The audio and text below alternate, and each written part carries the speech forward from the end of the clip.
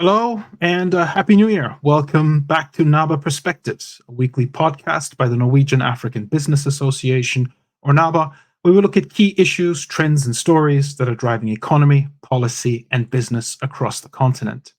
My name is Lanre Akinola. I'm the head of content at NABA. And this week, we're going to be talking about some of the key trends and stories to watch in 2024.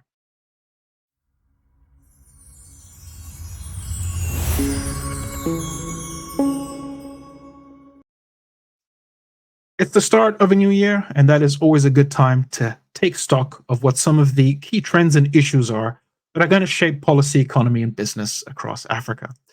Let me say at the outset that this is not intended to be a definitive or comprehensive analysis of the key issues to watch. Rather, this is intended to be a summary of what some of the most important and likely most defining stories and developments are going to be over the next 12 months. I'm going to split this into two broad categories, one being issues that are particularly relevant in the short to medium term, so especially over the next 12 months. But I'm also going to talk a little bit about trends that are underlying trends that are going to play out in the longer term. To start with, let's have a look at the macro outlook. It's a natural place to start. And here, let's turn briefly to the African Development Bank. This is their latest assessment of the macroeconomic outlook for the continent in 2024. And the key figure to take note of here is that the bank is forecasting growth of 3.8% for the continent throughout 2024. Now, note that this is a downward revision from its earlier estimate of 4.3%.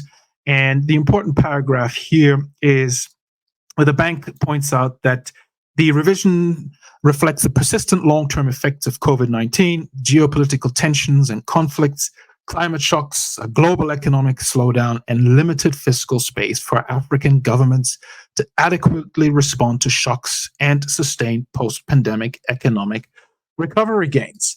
Now, I think that about sums it up, to be honest. In many ways, this is a continuation of the theme that we have had across the continent for a number of years now. In summary, I think we can say that headwinds that have characterized the macroeconomic landscape over the last few years are going to persist throughout 2024. And I don't think there's much to add to this list that the African Development Bank has put out there.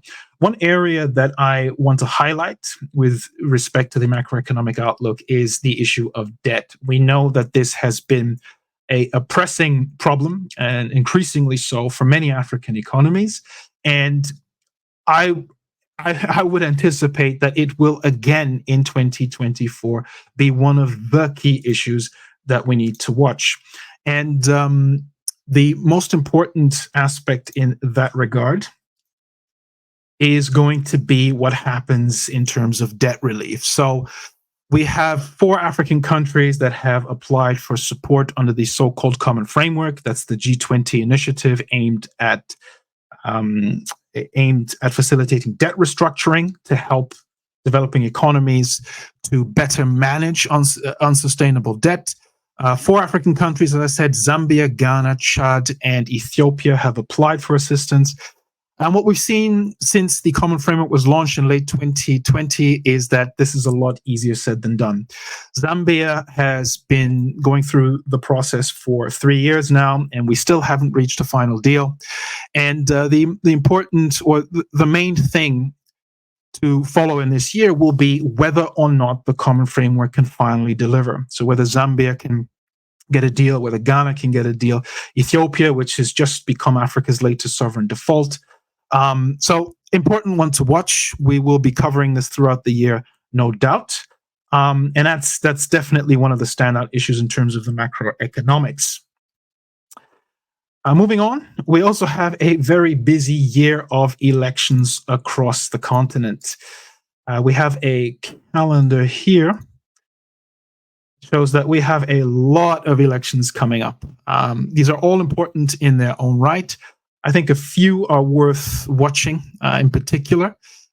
We have Ethiopia, which is, as we know, in the midst of trying to revive its economic growth story, which has been shaken in recent years due to the pandemic.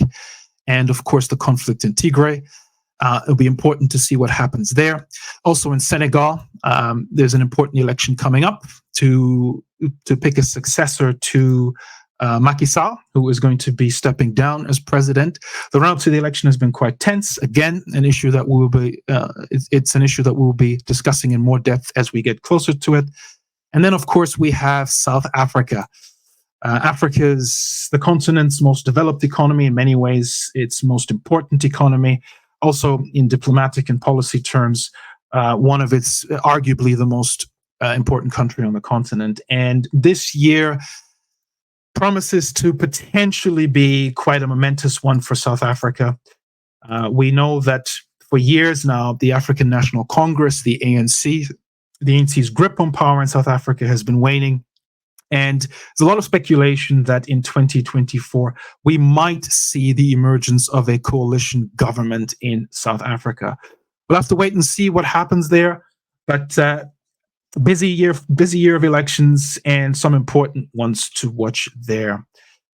Another issue that we have to follow, regrettably, it's not a pleasant one, is security and stability, or perhaps more appropriately, it would be to say instability. We've seen the French presence in the Sahel and the associated efforts to militarily try to clamp down and counter Islamist-linked militancy and violence in the region essentially collapse in 2023. We've seen a series of military coups throughout the region, which are partly linked to some of the macroeconomic headwinds that I touched on briefly earlier on.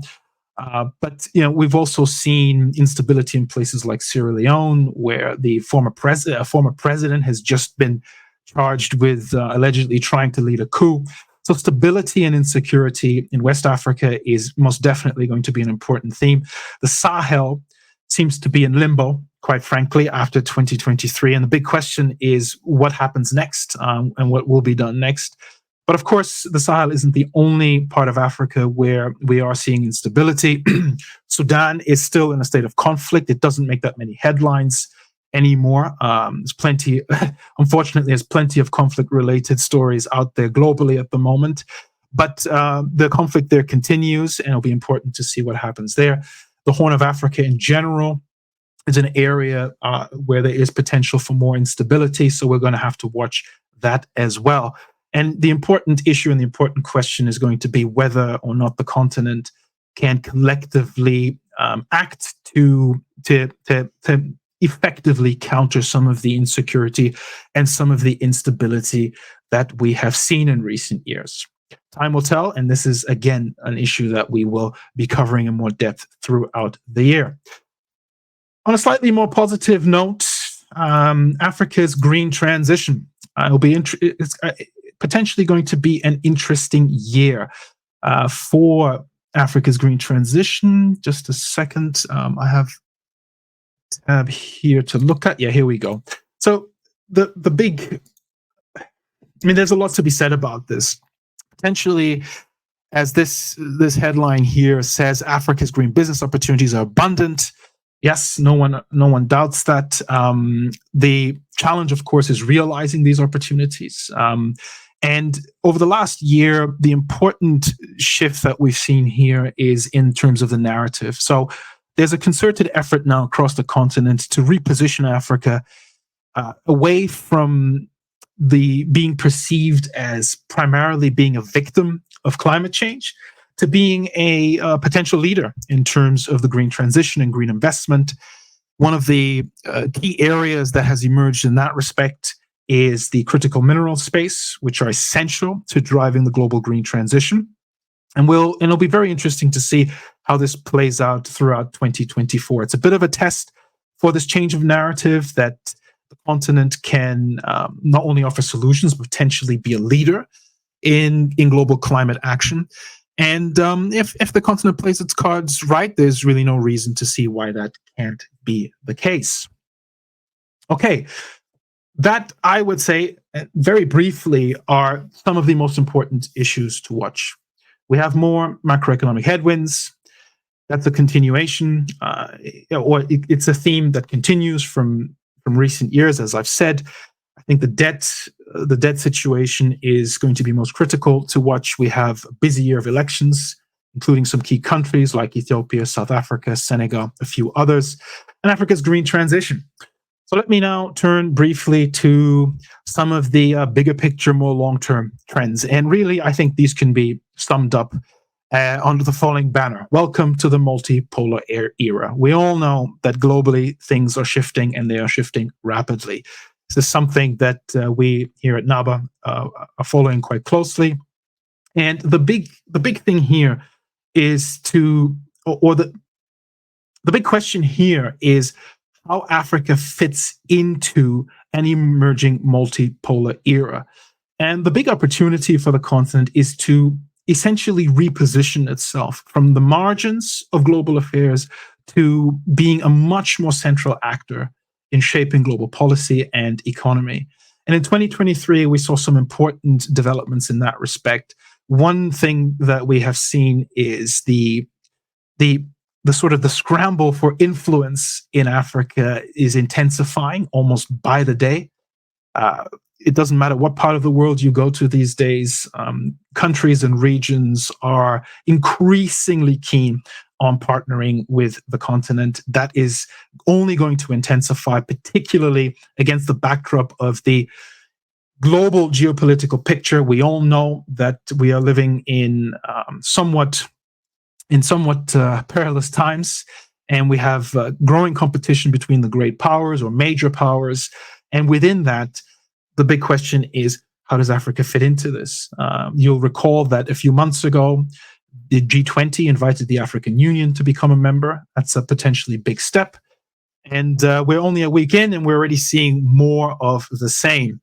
A couple of stories to illustrate this are, one, we have Italy, which is taking over the presidency of the G20. And the Italian prime minister has just come out and said that African development is going to be one of the key focus areas. This, of course, builds on existing efforts to ramp up engagement between the G7 and Africa. This, incidentally, is discussed in a little bit more detail in our weekly brief today. If you aren't subscribed to that, I urge you to do so. You can subscribe on our website at norwegian-african.no.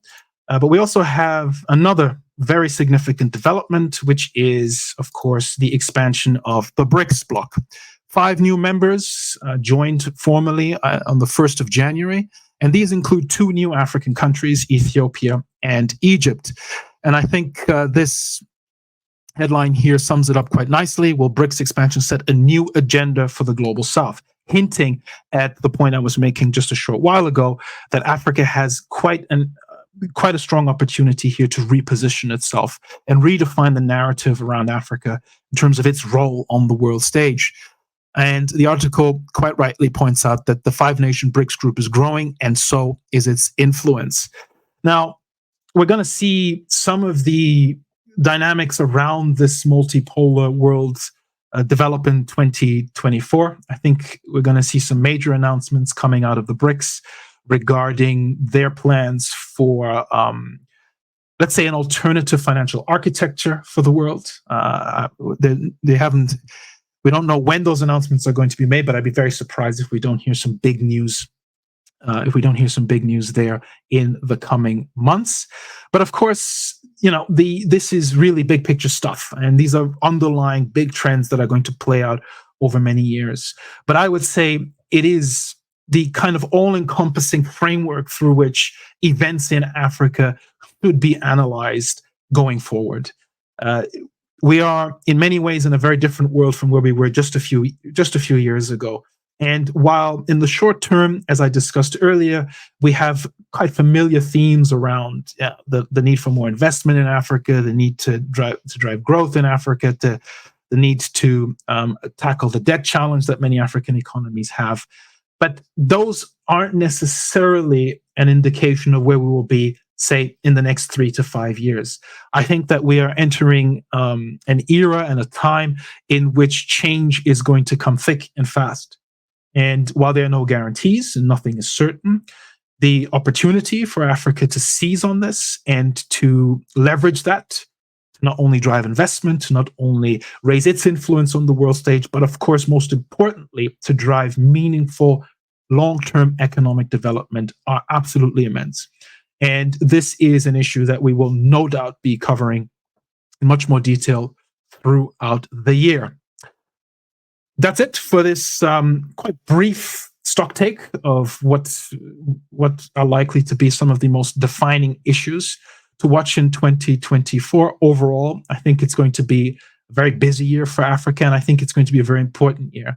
And for the reasons I've just discussed, i.e. the emergence of a multipolar era, I anticipate that every year from now on, certainly for the foreseeable future, is going to be a very important year for African development.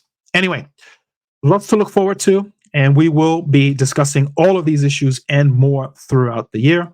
For now, thank you very much for watching. If you like the content, please feel free to like, subscribe, and share. And we will be back next week.